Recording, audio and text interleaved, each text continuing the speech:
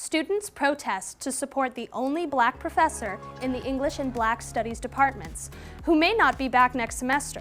Find out what students had to say about Professor Scott Heath. Plus, we break down the number of Loyola students and faculty of color to see how things add up. And a month-long battle between Loyola and a maroon reporter comes to an end. Find out what happened with this student who fought the administration over their reporting. All that and more in just a few moments. PAC News starts now.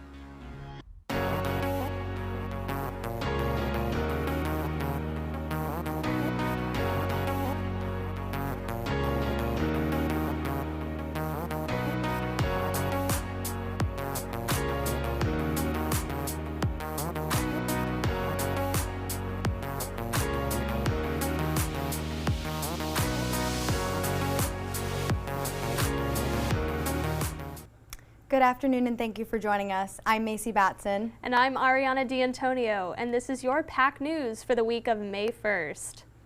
LUPD is investigating a recent sexual assault in Buddick Hall. Now, some students are worried about dorm security.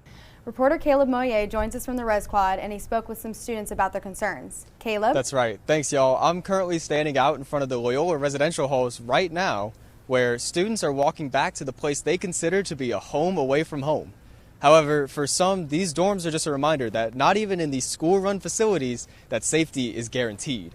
There were 2 reported sexual assaults this academic year on campus, one of those happening just 2 weeks ago in Buddick Hall right behind me. With this in mind, we talked to some students living in the residential halls about their concerns on safety on campus.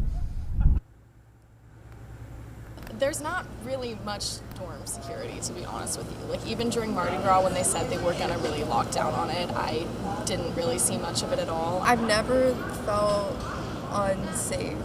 Whenever I don't have my ID, I can get in there pretty easily. And just last week, my friend was able to get up to the 6th floor, like, without me even, like, letting them in or anything. I feel safe in my room when it's locked. I do not feel safe walking down the hallway. I do not feel safe in the lobby.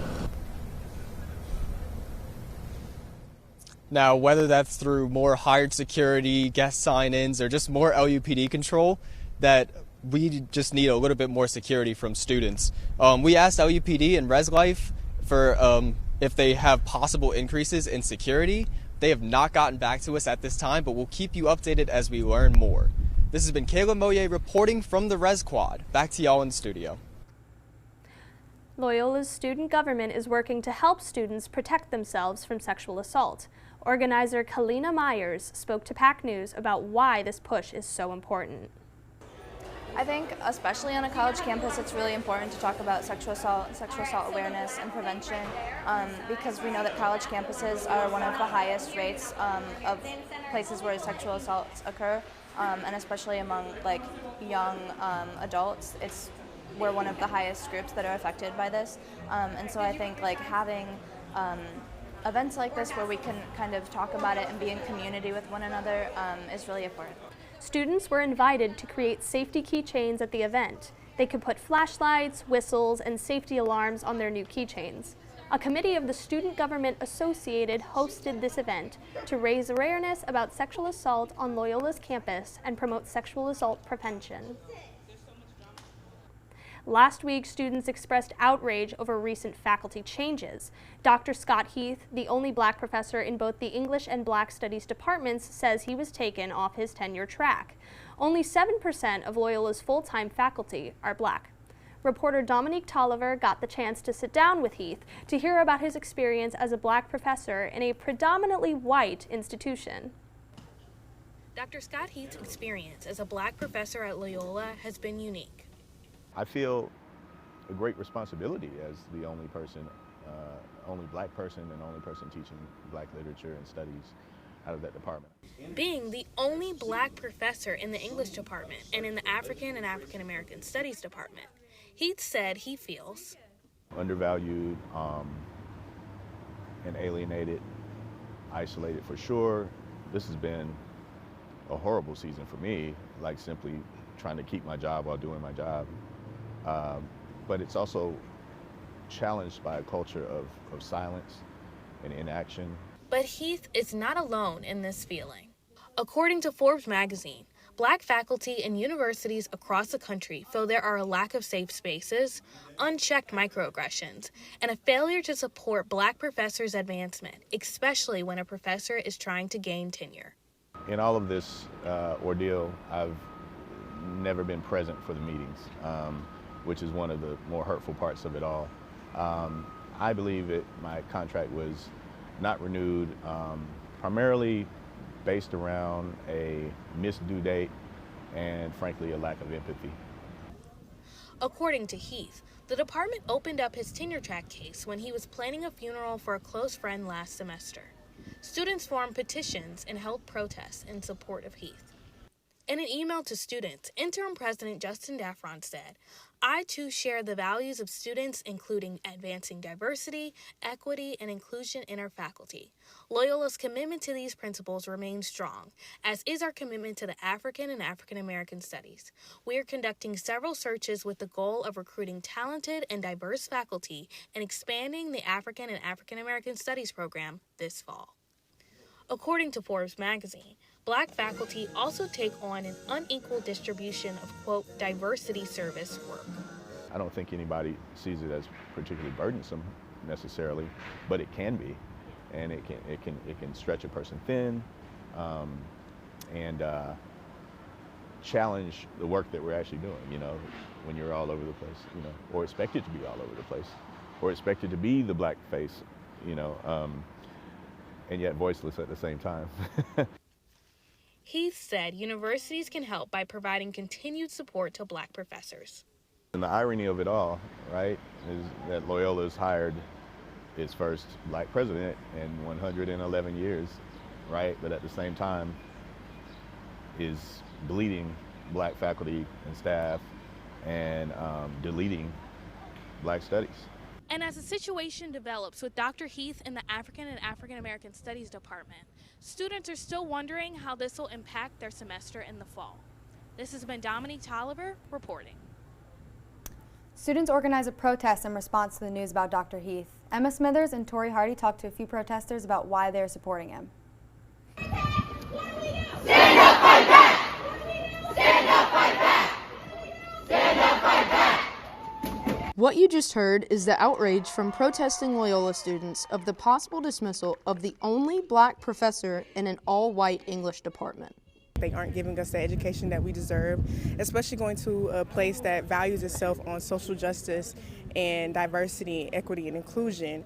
We're not feeling that diversity, equity, and inclusion, especially considering that we have to resort to having a protest in order just to be heard on campus. Dr. Heath is also the director of the African and African American Studies program. Many Loyola students are finding the situation to be unjust and unfair to Dr. Heath. They didn't really hear him out, and they just kind of ridiculed against him because of their own privilege and power within this establishment. On Friday, Father Daffron, Loyola's interim president, sent an email addressing the situation.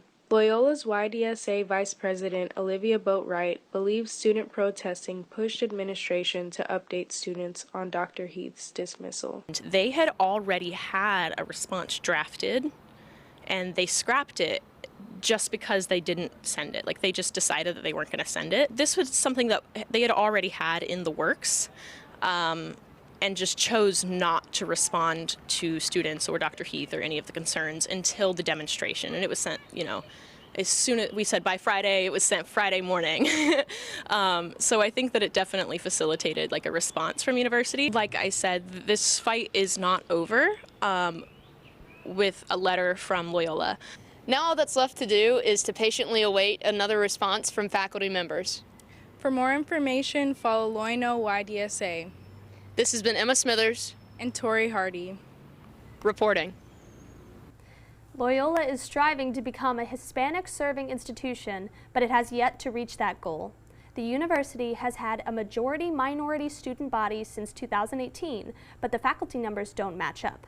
The student body of this past fall semester was 48% white, but the full-time instructional faculty demographic for this past year is 72% white.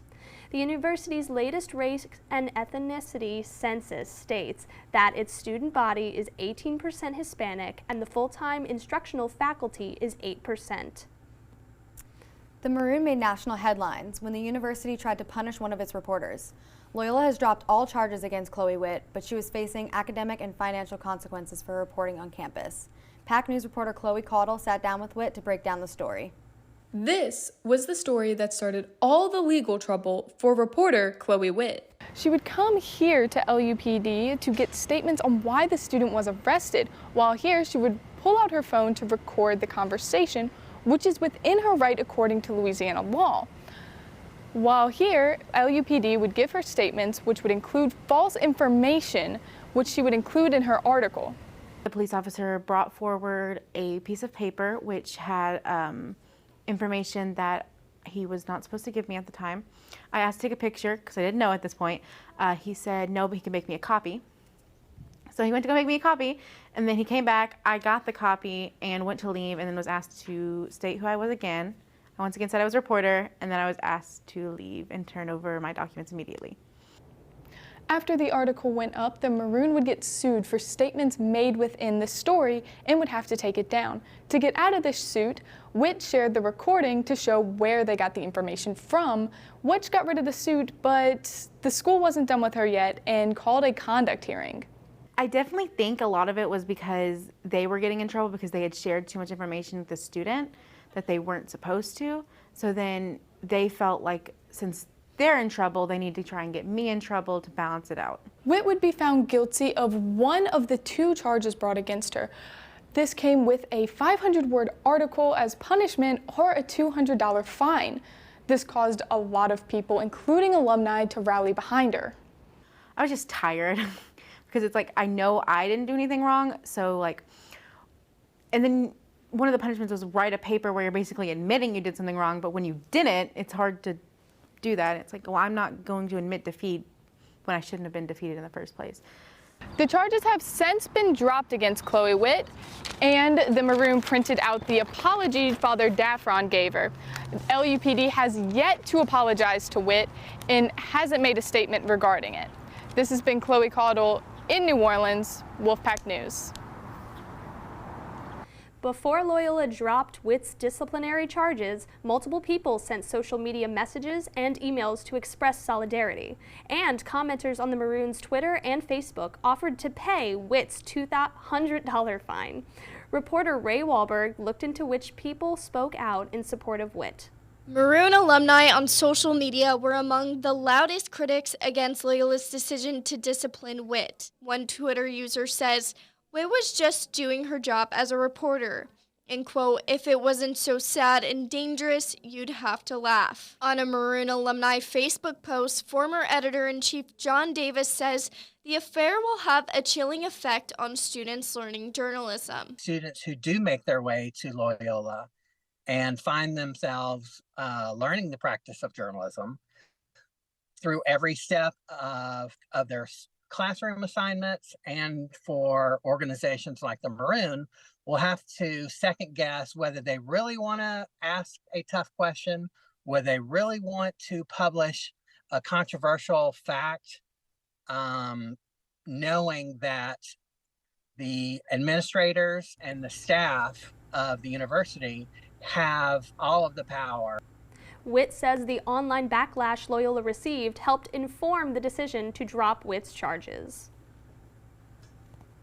In the United States, there are nearly 4,000 colleges and universities. Loyola ranks within the top 10 worst for free speech and expression. The Foundation for Individual Rights and Expression, or FIRE, cites the university for targeting Professor Walter Block's teaching style and a student handing out flyers for a pro-life march.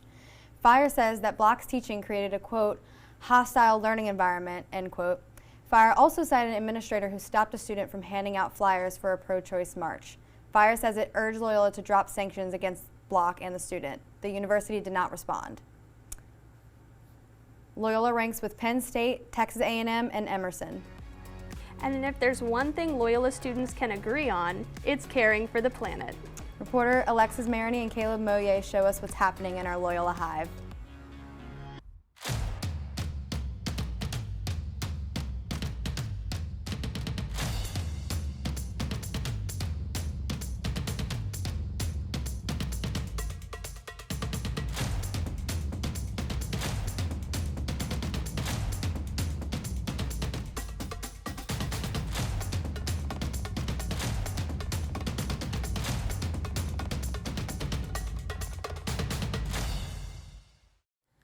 Thank you, and here is your 7-day weather forecast for the first week of May.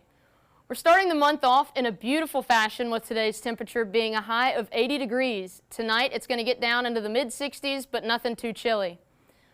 Moving into the rest of the week, the next 3 days are also looking beautiful. Tuesday and Wednesday share highs of 83 degrees with less than a 5% chance of rain. So there are going to be some scattered clouds throughout the days, but as of right now, you can leave those umbrellas at home. Friday and Saturday are looking a little iffy. While the highs are still in the 80s, there is a chance of rain. Friday, there's almost a 60% chance, while Saturday sits at 50%. So if you're headed out to Jazz Fest, you might want to pack an umbrella again for this weekend. The temperatures stay in the 80s on Sunday and Monday.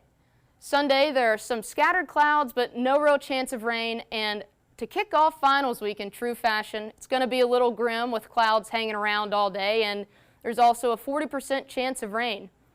That's been your 7-day forecast, and this has been Emma Smithers. Thanks, and back to you in the studio.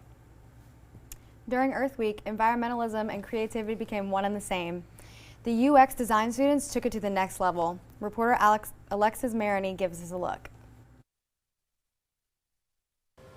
When you think of Earth Week, you might just think of the canoe trip or maybe the bat walk. But interactive design students are reinventing and redesigning the way you might picture the week of events. Instead of designing a traditional posters, we are designing the interactive installation. You know, when you touch on it, the poster would make various sounds conducted to electricity. Professor Lena Lee is leading the pack. She says with the posters, people can interact and take part in the student-made experiences. So instead of just looking at something, we sort of want to create more interesting and engaging experiences to learn about the Earth Week events. And students are working in groups, crafting and engineering interactive posters to represent the different events during Earth Week. When he travels around our imaginary bayou, connected every single stop that the gator takes will produce a new sound that we made. All of the designs will be displayed during Earth Week. Make sure to stop by and take a look and a listen. Alexis Maroney reporting. One Loyola student is pursuing his studies in a way that we have never seen before. Reporter Caleb Mollier shows us how this biology student is studying and making a profit off of beekeeping. We're in Gentilly, New Orleans area right now, where we're about to check out one of the most unexpected places that you'd find one of the best honey spots. We're going to talk to local beekeeper Dylan Tyler and see what all the buzz is about.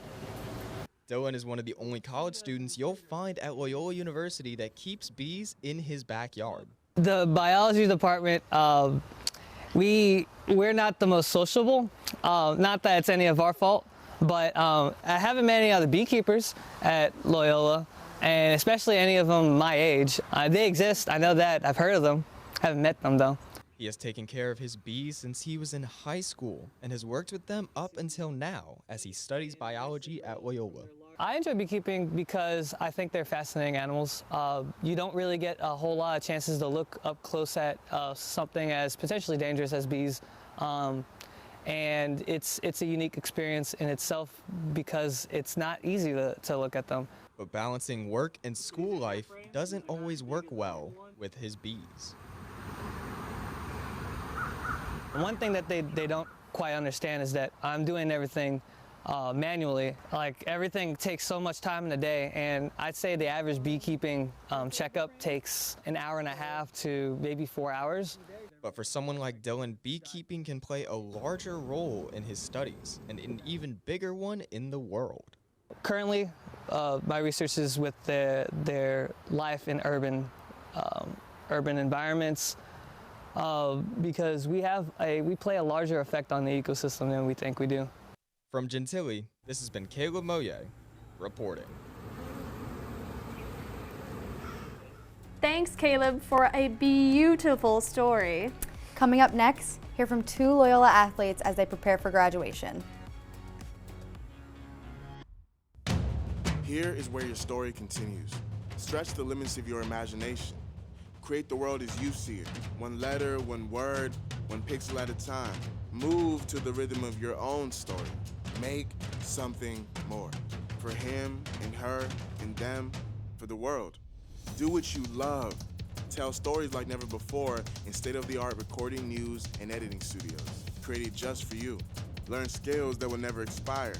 Document moments, seconds, frames per second. Turn them into masterpieces. Creativity is more than a lifestyle. Make it a career. Tune into the sounds around you.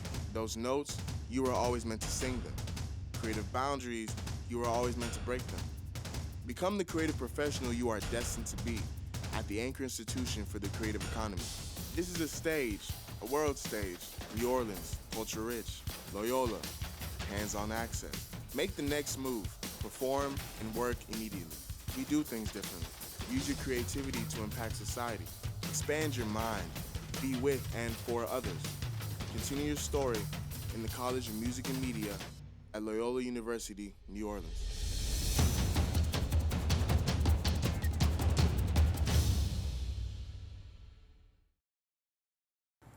Welcome to sports. I'm Eve McFarland, and here's what's going on.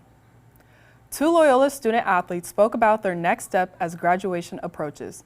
Brittany Cooper, who was on the indoor and beach volleyball teams, finished her career with over 1,000 kills and 1,000 digs, ranking her 9th in the Wolfpack record books. Cooper was grateful for the opportunity to play at Loyola and loved being at this school. Michael Harden, a graduate transfer on the men's basketball team, is coming back to the Loyola to finish his master's degree in finance and minor in accounting. He's preparing himself for professional opportunities to further his career in basketball. The women's tennis team made it to the championship match for the first time in the program's history, but lost to William Carey. The final match ended 4-0. In the number 1 spot, the duo Lacey Carpenter and Fatima Vasquez won their second straight 6-0 victory at the tournament. However, it was not enough. The Crusaders had tiebreakers on the other 2 double courts. Head coach Matt Llewellyn said it was a tough finish for such a great season for the women's tennis team. Loyola finished the season 13-7. Qualifiers for the NAIA tournament will be announced on Tuesday, May 2nd. The Southern States Athletic Conference also released some of awards this week. On the Loyola men's tennis team, Francisco Javier Acri Vieira and Theo DeBacri earned first all-team conference honors. Vieira and DeBacri, along with 5 others, set a record for the men's program as the SSAC all-academic team.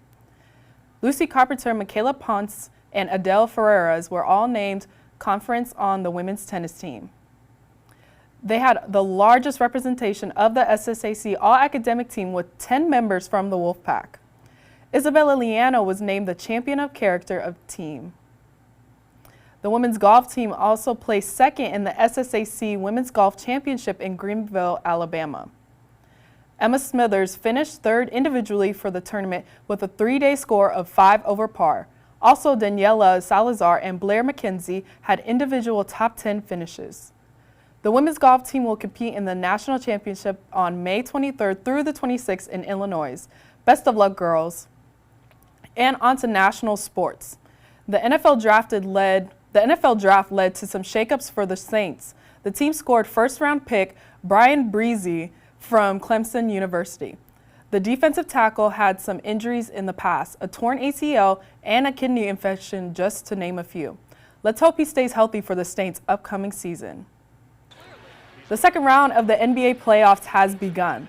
The Miami Heat won the first game series against the New York Knicks. Despite having an ankle injury, Jimmy Butler dropped 25 points and 11 rebounds. But the Knicks were missing Julius Randle because of a sprained left ankle and weren't able to make up for his absence. The 76ers had a walk in the park against the Brooklyn Nets in the first round and now will be competing against the Boston Celtics. They are set to start today at 7:30 p.m. The Denver Nuggets set the bar high after their first win against the Phoenix Suns in the second round. They will play again tonight at 10 p.m. Steph Curry dropped 50 points against the Kings, a Game 7 record. After the Lakers beat the Memphis Grizzlies, LeBron posted, "If you ever see me fighting in the forest with the grizzly bear, help the bear." New Orleans rapper Mystical agrees. LeBron said this in response to Dylan Brooks, who called LeBron old. The Lakers won by 40 in Game 7. Golden State Warriors and Los Angeles Lakers are set to play tomorrow at 10 p.m.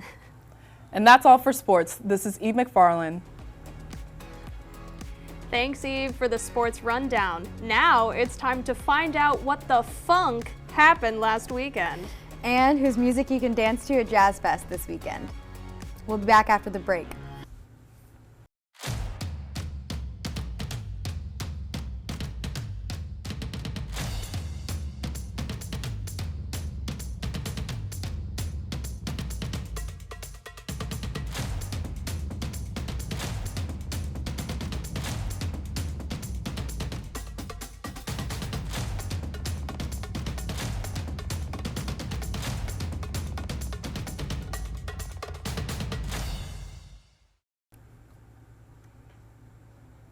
It was a cluster funk weekend. Many Loyola artists were featured in this cultural art exhibit.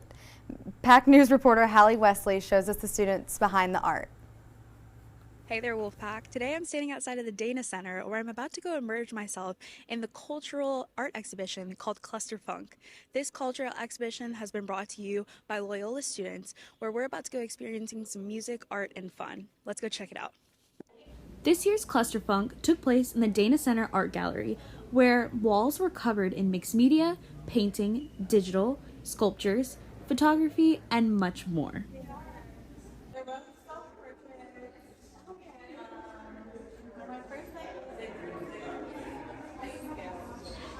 This year also featured performances by Loyola students and upcoming artists Royale, Montia, and Maddie Garland. It took me like about a week to prepare for Cluster Funk. I had like a whole lot of other stuff going on, so I've been performing the same songs consistently, so, it's been, I kind of just kicked back up and got into it, but it didn't take really long at all. These are the songs that I have out in the world right now. I have more songs, but these are ones that are out right now, so I decided to perform the ones that are already out so people can engage with the content that I already have out.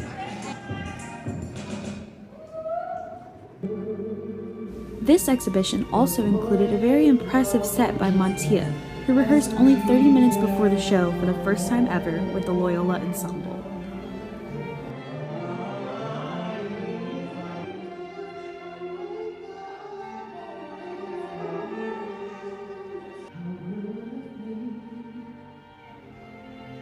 Yeah, I was performing for President Black Year, which was such a fun experience, so when they emailed me to do it again this year, I was like, of course, I love the crowd.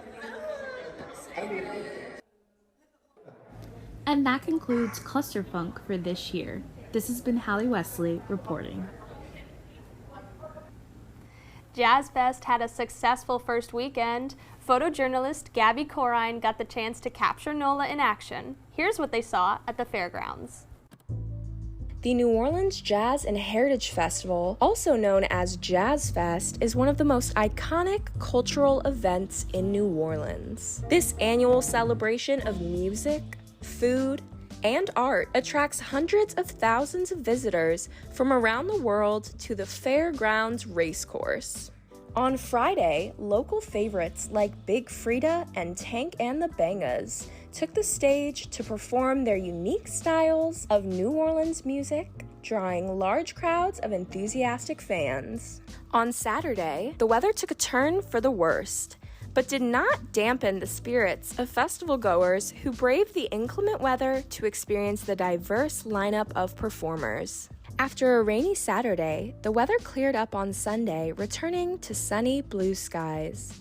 The day's lineup included performances by Chawa, Jill Scott, and the Tedeschi Trucks Band, among others. Jazz Fest is truly a celebration of the unique culture and spirit of New Orleans, and the 2023 edition promises to be another unforgettable experience for all who attended. The first weekend of Jazz Fest was a hit. Here's some acts to enjoy this weekend. Thursday's headline performances include Buddy Guy, Leon Bridges, and Latin rock band Santana. Friday, catch Ludacris, Kane Brown, and John Batiste. Batiste is also this year's commencement speaker. Saturday acts are the Lumineers, Her, and the Preservation Hall Jazz Band.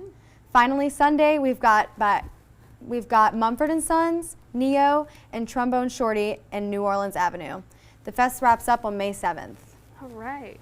It's pretty good. Yeah, I know. Who are you going to see? I mean, honestly, her sounds kind of fun. Yeah. And Ludacris. I'm sad I miss Lizzo, but I'm really excited. I kind of want to see Neo and stuff. Nostalgia for oh my sure. Gosh, Neo, yeah, absolutely. And didn't Ed Sheeran? Oh yeah. Right? Ed Sheeran? Oh my, it's so nostalgic. Okay. Anyway. Well, thank you guys for watching. I hope you guys have a great weekend. That's your pack news for now.